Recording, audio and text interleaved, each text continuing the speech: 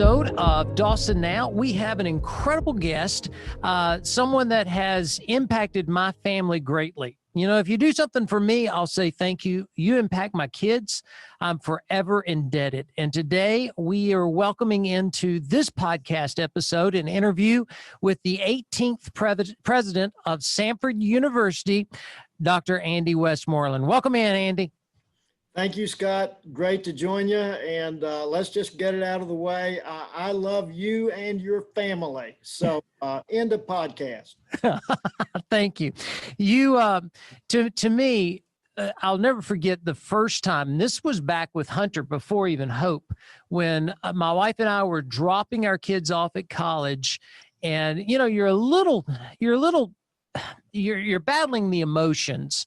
And your prayer that day, Tara and I were holding hands, and after you prayed, and you just little things, but you prayed in the name of Jesus just over our family, the families that were there, gave such a reassurance to those parents. Thank you for bringing your faith into the forefront of everything you do. Well, thank you, Scott. And I'm privileged to work at a place where that's celebrated. And, you know, we're constitutionally free to do that. And I don't know, there's just something about having an auditorium full of parents with a lot of those emotions that you were just describing, and students with vastly different emotions because they're looking forward to all the fun and the excitement. Parents are largely concerned. But having everybody in that room and then submitting ourselves before the Lord and recognizing that all of this is in his hands. And then, as you say, calling on the name of Jesus, it's a pretty powerful moment at Samford every year when that happens. Has nothing to do with me. It's all about the kingdom and about this great institution where I get to serve. Well, and I think it really just put the parents at ease when they know, okay, we're not shipping them off to, a foreign land. We're bringing them right into Samford. So let's go back. What kind of drew you into education as a career path? Your background? How did that all develop? Yeah, well, I think maybe I developed an interest in education because I came from a family that didn't have a lot of formal education. My dad was a Baptist preacher. He was called to preach in his 30s, and he'd been a farmer. He had no formal education, no theological education at all, and the equivalent really of about maybe a 9th or 10th grade education, very, very informal education. My mother likewise. And so that's the household where I grew up. Somehow there was the assumption that I was going to go to college, but nobody in my family understood a lot about college. And so when I arrived, I went to Ouachita Baptist University, the Arkansas version of Samford, smaller and undergraduate and all that, but that's where I went to college. And I mean, people were talking about credit hours and stuff. I remember when I was a freshman, and I was too embarrassed to say, could somebody explain to me what a credit hour is? I didn't know anything. I didn't have the connections. It was an unusual environment for me.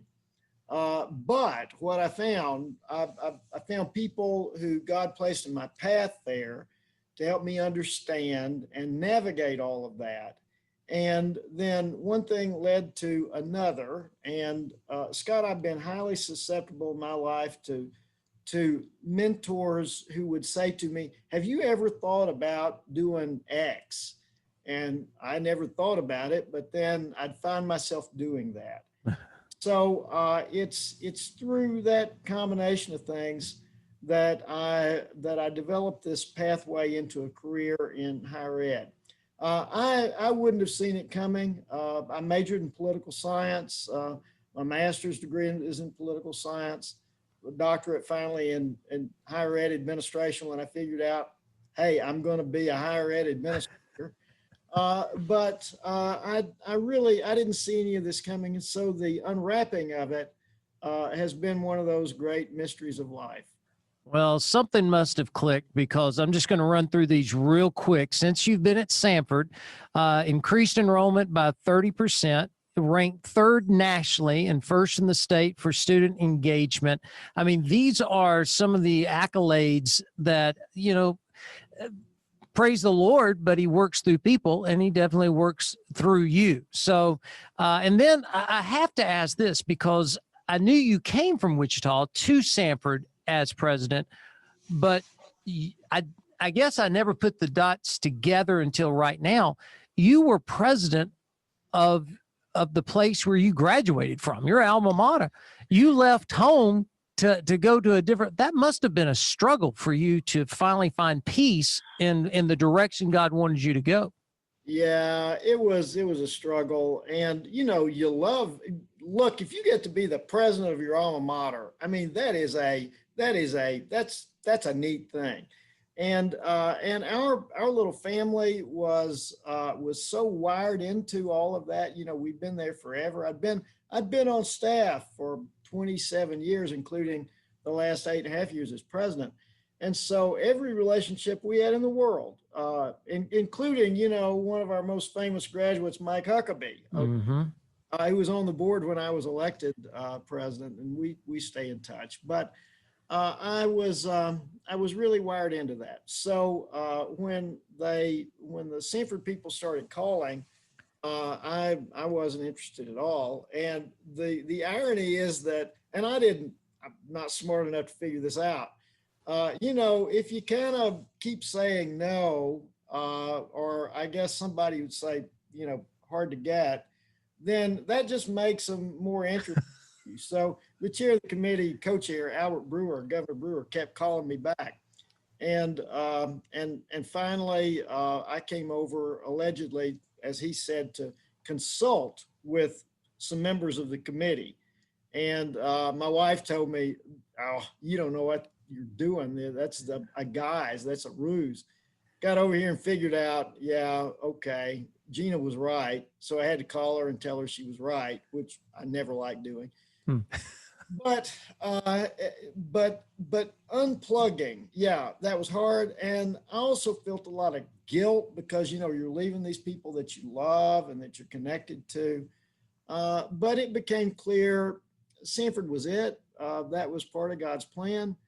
And you know how it is, Scott. Once you make one of the big decisions, and you recognize that God is leading that way, then all of a sudden you think, why did I spend all that time worrying about that? It was as clear as a bell.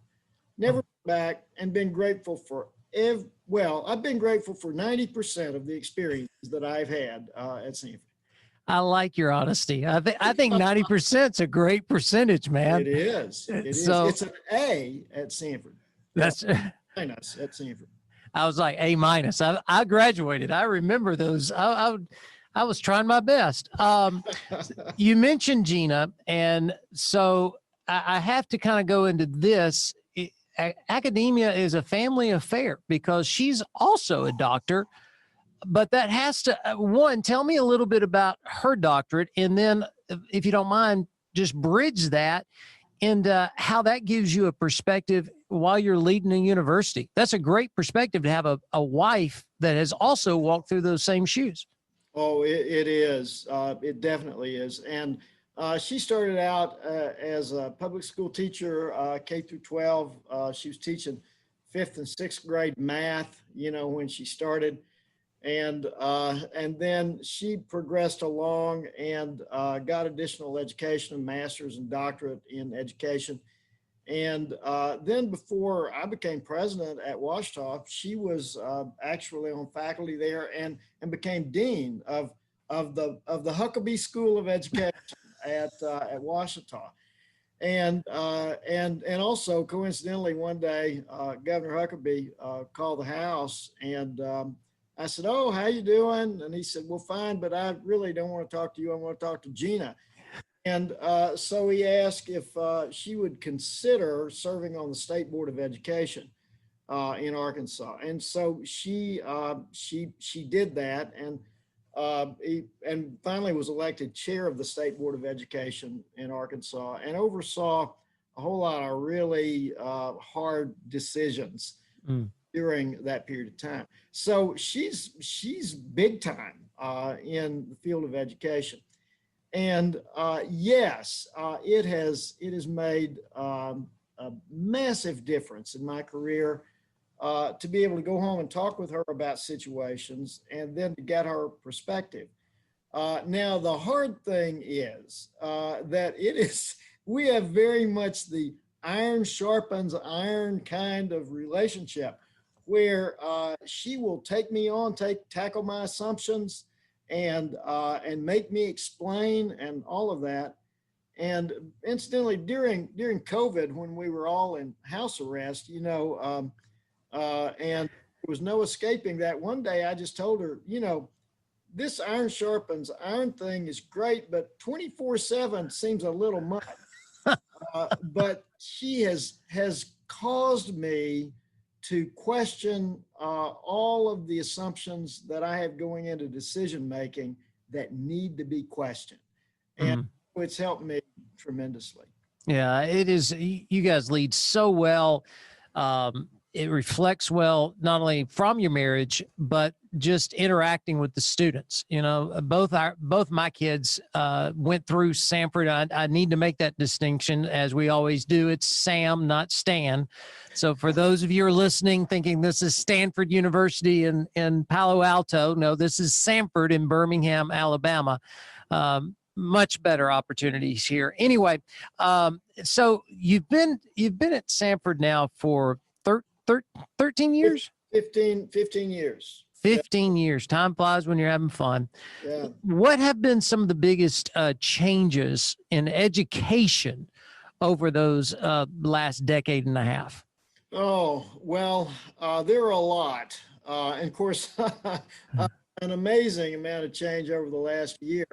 But the greatest single change has been related to the federal regulatory environment for higher education. When I first began this work 43 years ago, higher education was regulated, but it was not, it's a vastly different world than we inhabit right now. And so, I've had the opportunity to serve on a bank board and a couple of hospital system boards. And I thought years ago that banking and healthcare were two of the most regulated industries in the country. Well, higher ed is moving into that same kind of category. And what has made it particularly difficult? Well, I should say, first of all, I don't really believe that a whole lot of folks in the federal bureaucracy understand places like Samford. I think there's distrust of, Christ-centered education generally. And somehow they think that it must be inferior and that we're dodging everything that we can and that we're afraid to talk about anything. And so, sorry, I did a little rant there, but, That's all right. What we've had since I've been president at Samford, George W. Bush was president when I came in, and then we had Barack Obama, and then Trump. Who followed? Yes, President Trump. Now President Biden. We've had Republican, Democrat, Republican, Democrat, and the swing of the pendulum on that with these sudden changes, executive orders, all those sorts of things. Mean that it's hard to develop consistency. It's hard to know what's lurking around the next corner. So, a lot of college presidents go to Washington and they lobby for more money. When I go to Washington, I don't lobby for more money. I say, we don't want more money. What we want is to effectively be left alone. so that we can provide the kind of education that we know is essential in the lives of our students and their families. And I wish that I could say that I'd had more success with that than I have. Mm. I think that we are not headed toward less of a regulatory situation. But that's the greatest single thing over the past 15 years that I've noted. I remember when I first started reading about the Khan Academy and how at that time it was going to be the big competitor to universities. It hadn't panned out like that, but I am seeing now a lot of people, especially with the pandemic of last year and that we're going through now, classes being now virtual in a lot of locations. Do you see a lasting impact of what we're walking through now on higher education? To a certain extent, and I think it's going to, I think that impact is going to vary by sector. I'm in the private Christian sector. And so I think that how it will affect us is a little bit different. When we went into hiding, months ago, and I think my greatest fear was, oh my goodness, we're going to be doing all this stuff virtually, and actually we can deliver education online. It's not my preference, but we can do all of those things. And so maybe the consumer out there is going to say, all right, we can do this. We can just sit in our house and, participate virtually when we want to and get our degrees, and, it'll be okay. And then that the market for what we do, which is very personal, as you know, very personal, maybe that market would fritter away. Well, again, my worries were misplaced, because what I immediately then began to get from our students and their families is, we want this. We crave this. We need this. And so I think that our core market has actually become stronger over the last year. Our enrollment numbers for the spring are just in as of yesterday. And we've got now the largest spring enrollment in the history of Sanford. And get this, our overall undergraduate retention is the best we have ever had.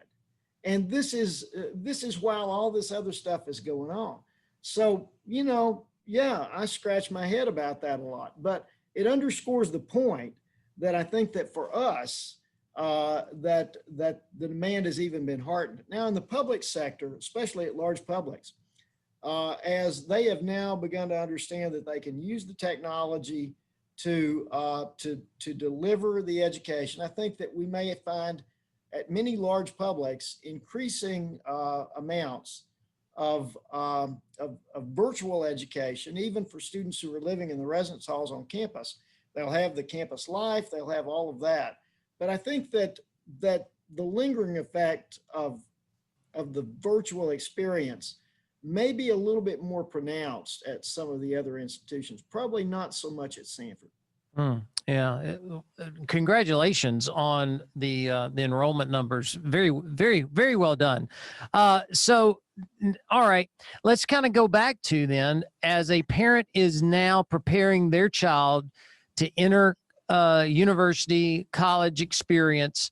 How, as a parent, can you prepare your children? I know parents can't prepare it. I will tell you this. There is no way to prepare as a parent when you drop your kid off at college. I'm sorry. I've done it twice. I thought I was prepared the second time. I was even running for governor trying to distract myself. I could not prepare myself to when you drop off your kid. So, but how can a parent prepare their children to start a university experience? Yeah, well, actually, I ought to just turn the microphone over and get you to answer that question, because you've done it very well twice, and so kudos to you for all of that. But just a few bullet points, I guess. I really ought to talk about the significance of early savings, because I mean, really, when you find out, that your wife is pregnant, that's the time to go ahead and start putting some money back. Mm. I'm not going to do the whole Dave Ramsey routine here, but I mean, really, that's really important. And early and regular savings will make a tremendous difference when that son or daughter finally gets to that age. Clearly you want to be all along the way, you want to be encouraging their academic progress so that they are prepared academically for that next step. Um, uh, uh, Also, that helps a great deal in terms of scholarship offers and all. Okay, those are the mechanical kinds of things, but let's talk spiritual for just a bit. Mm.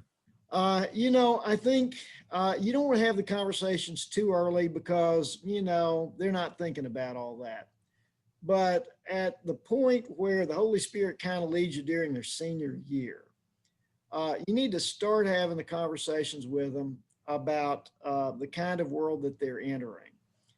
And I'm especially talking here to families who have a vibrant Christian faith and have tried to do the right thing all of those 18 years in preparation for college. But I mean, even at a place like Sanford, which flies under the banner of Christ, you can find trouble. You can find trouble wherever you go. And students need to understand that. And parents are at a really good point at times during that senior year to sit down and have some of those breakthrough conversations to help them prepare for all of that. And then when they go off to college, you got to leave them alone for a while. And that doesn't mean, you can't text and, I'm not talking about build a wall, but you've got to give them a little time to find themselves.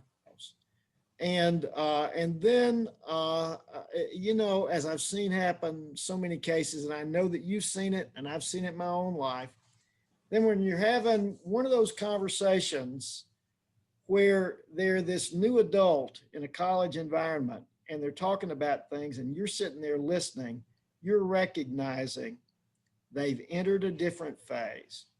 And where has this person been all my life? And I can tell you a conversation that I had with my daughter in October after she started Sanford in August is one of the most treasured memories of my entire life because I saw it all happening. And I praised God for it because I thought all these things I've been working for in the entirety of my career, I see now in the presence of my own daughter.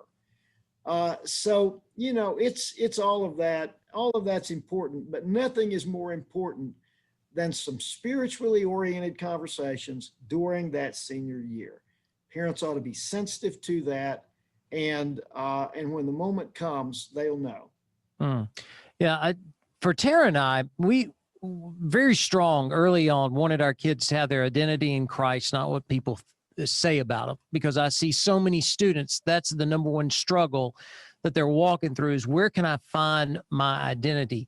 And I'm very thankful that it seems like their faith became their own in that journey. It's one thing to have a parental faith, but there has to be that transformation where it becomes Hunter's faith and Hope's faith. And as a parent, when you see that, then I think you're prepared to launch out into the world.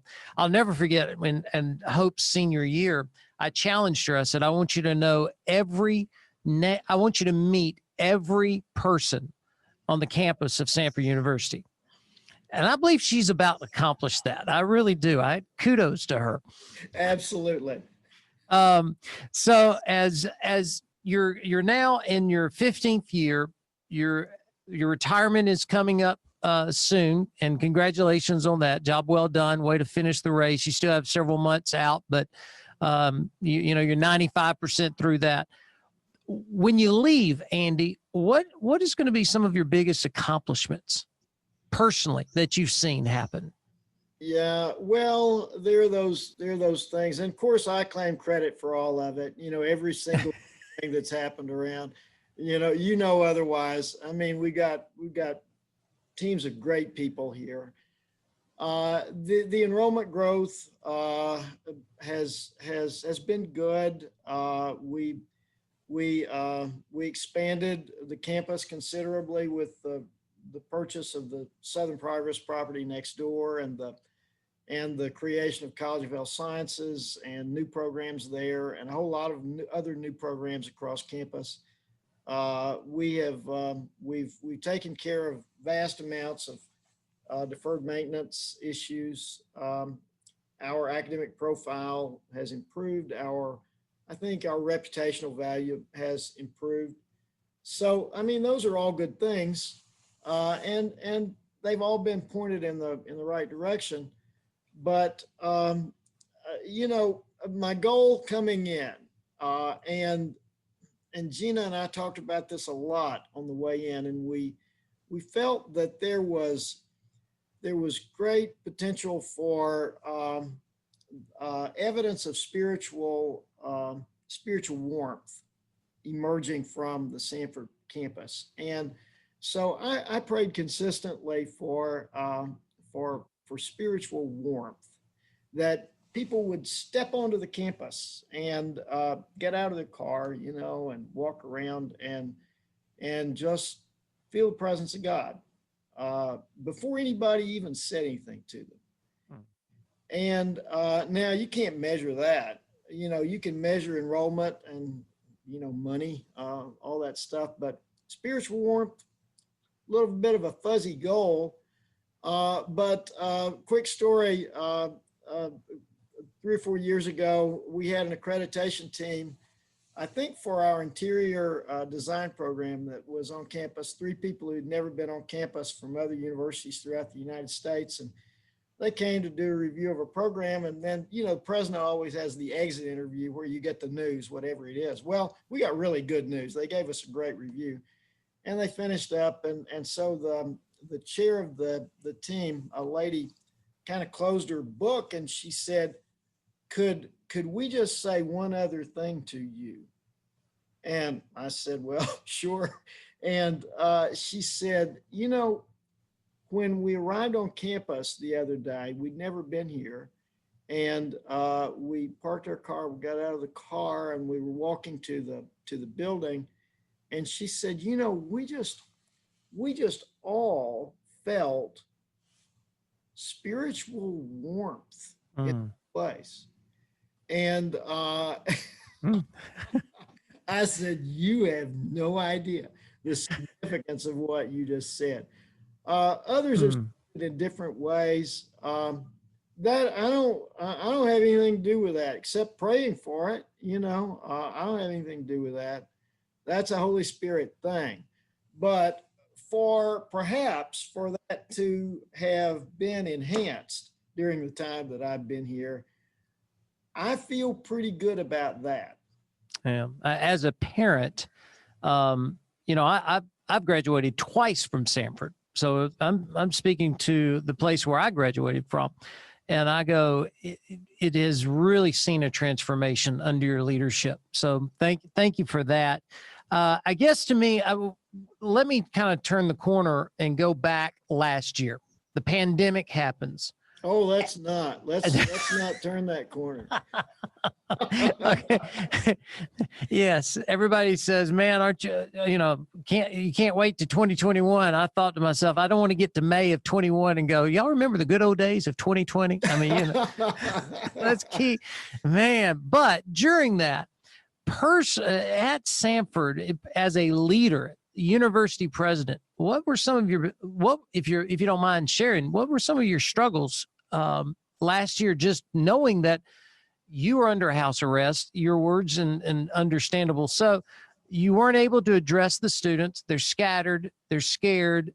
What's your struggles? How do you get over that?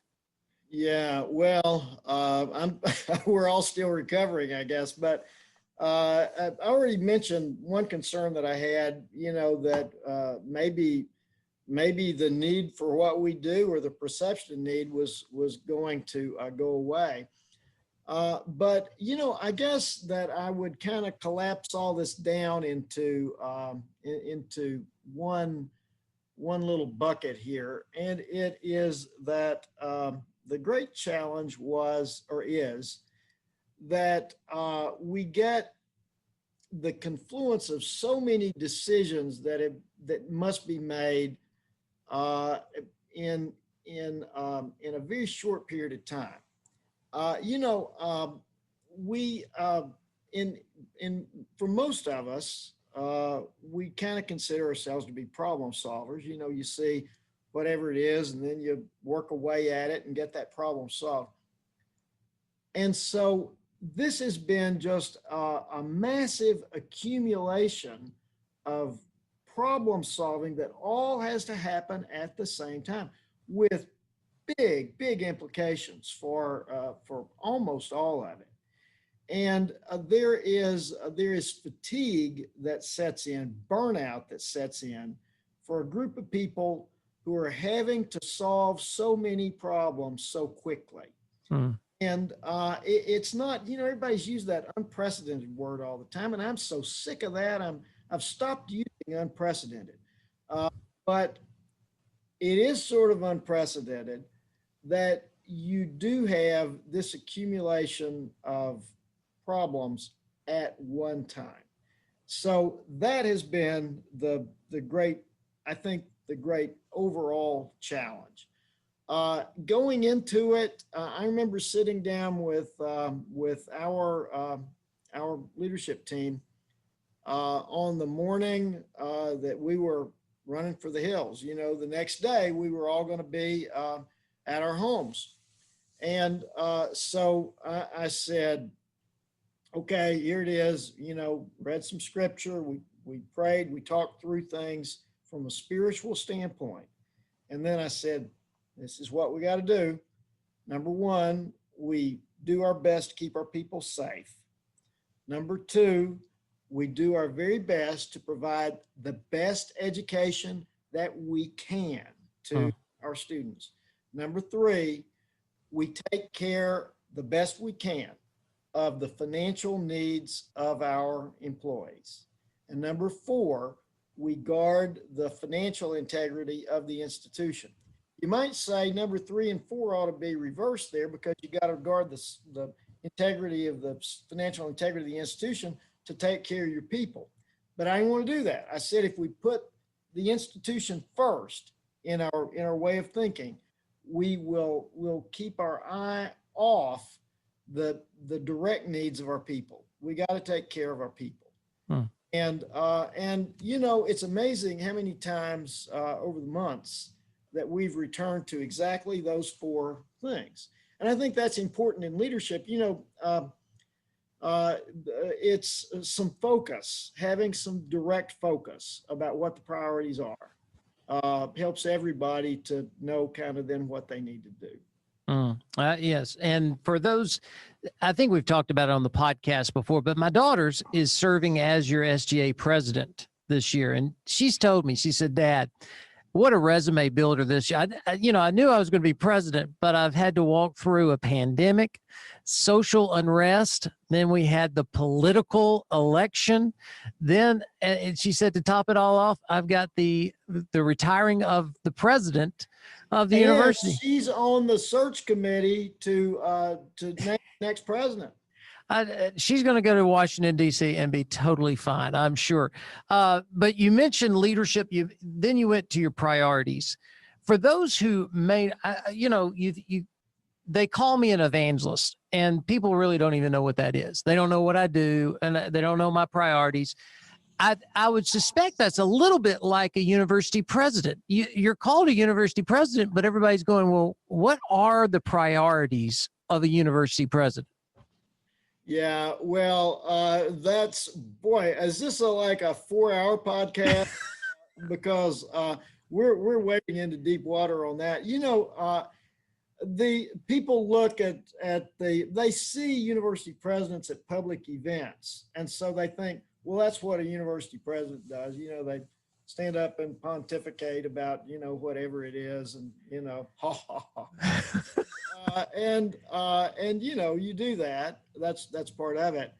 But my view, it's not the way I started out years ago, but my view now is that that management is really underrated.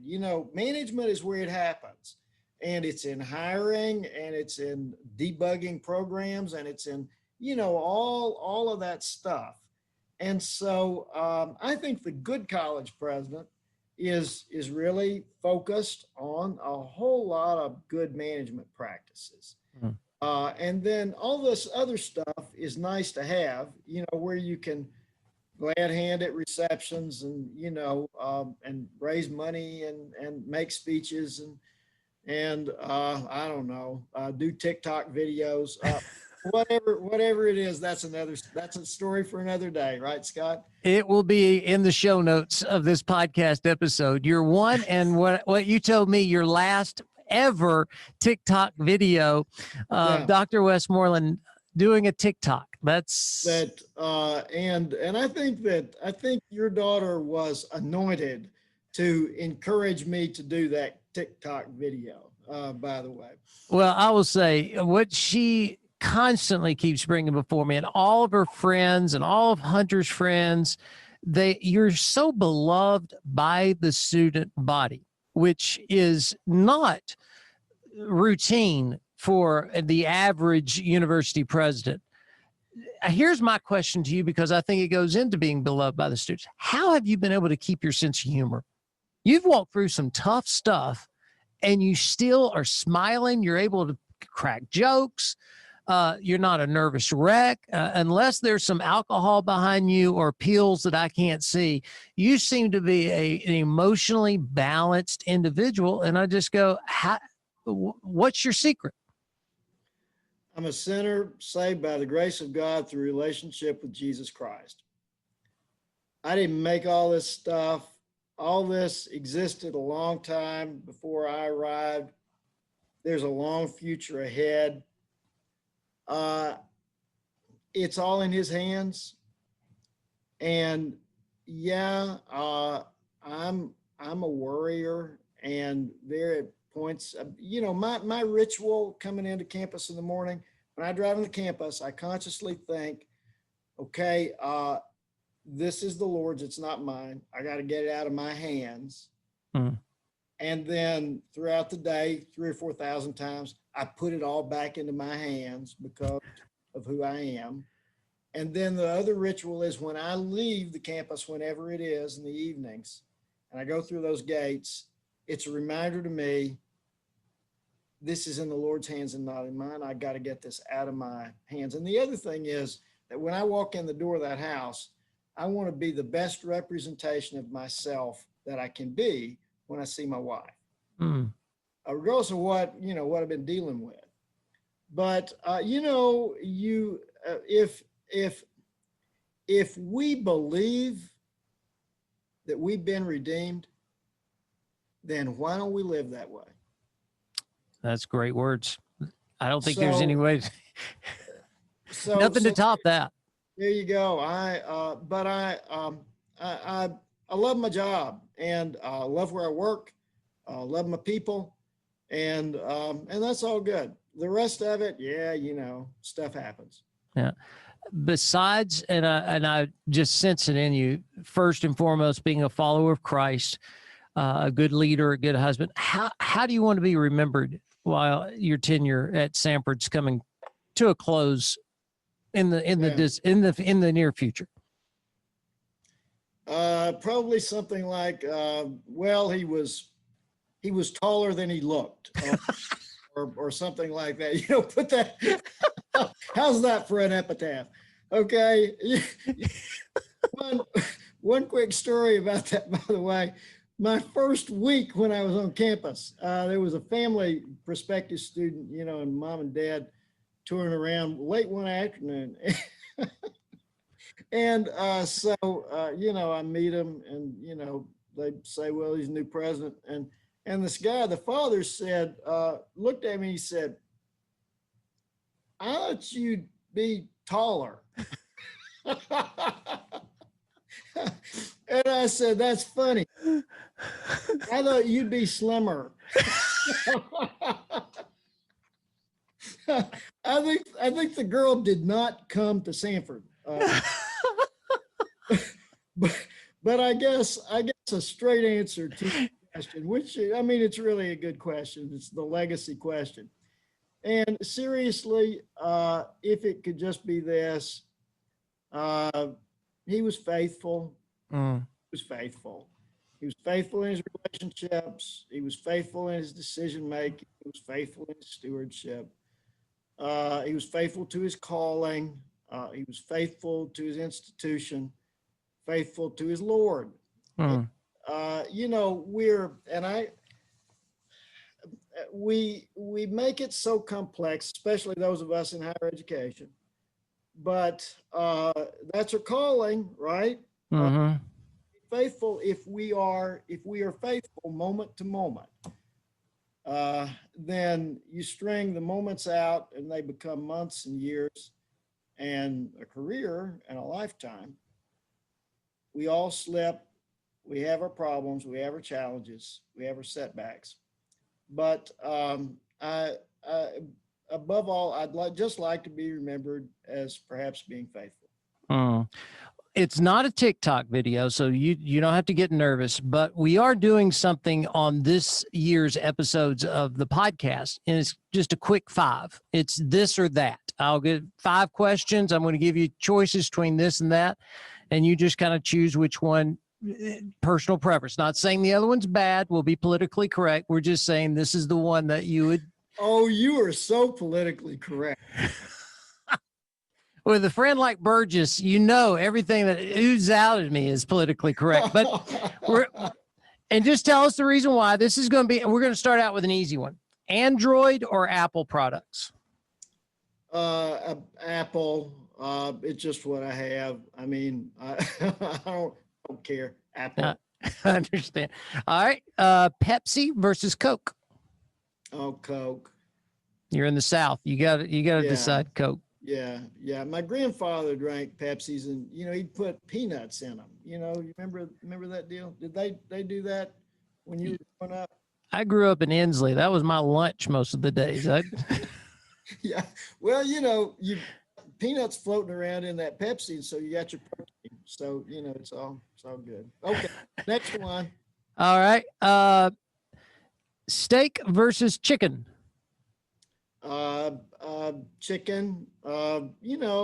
Maybe when I came to Sanford, it would have been steak, but I'm so healthy now. Well, you're from Arkansas. It should have went pork versus chicken. Well, that's true. Yeah. But even so, it'd still be chicken. All right. Here's a beach. Going to the beach or going to the mountains? Beach. And the place that we own is down at the beach. We down at Fort Morgan, and yeah, definitely beach. Yeah, in the South, and no offense to because we have people listening to us all across the country, and I tell people in Alabama, we just don't believe it's God's will for anyone to be cold. If it's under 50, let's close the schools down. We'll see y'all in the next day. It will warm up. All right, the last one. With that 10% possibility of snow this weekend, you can't find a loaf of bread or a jug of milk in Birmingham, Alabama right now. Yes. In my lifetime, I think we've only had 4 snow events in 50 years. But people believe in those 4 snow events that none of them lasted. Only one lasted more than 3 days. Yeah. But right now, if there's a threat of snow, we're going to watch James Spann with his suspenders on, and we're going to run to the grocery store. That's true. All right, last one. This is the point of personal privilege from my daughter. She wanted me to ask both SGA presidents, Sarah Huckabee or Hope Dawson. Oh no! And a lot of people are going to see this. Okay, I'm going to spare you by going. Well, they have each done a remarkably good job in their roles. Scott, I've spent a lot of time with both of those, and I'm proud of both of them. I got to give an answer to the question, and sorry, Sarah, but got to go with hope. I thought your political science major just came into play. I thought that's how you were going with that answer. I was like, man, he's finally a poli-sci major. Do you know that the best letter I've ever received from a student was actually from Sarah Huckabee. She wrote to me after I left Washington and came to Sanford, and she told me, now she's going to be governor of Arkansas or whatever she's going to be. So she will disclaim this now, but I have proof. She wrote to me and she said that I was the best teacher that she ever had. And so I've continued to exult from that letter from Sarah. She's a good lady. Yes, incredible lady, credible family, and Sarah, you came in number 2. Anyway, thank you so much for your time. Thank you for your influence on this generation. Anyone on the front line for today's students got a special place in my heart. And thank you also for just investing in my kids. So it's been a joy to interview you, and we wish you all the best, praying for you. You and Gina enjoy some time at the beach, and we'll look forward to seeing you painting a fence around Sanford in a couple of years. Great. Thank you, Scott. It's a pleasure to be with you.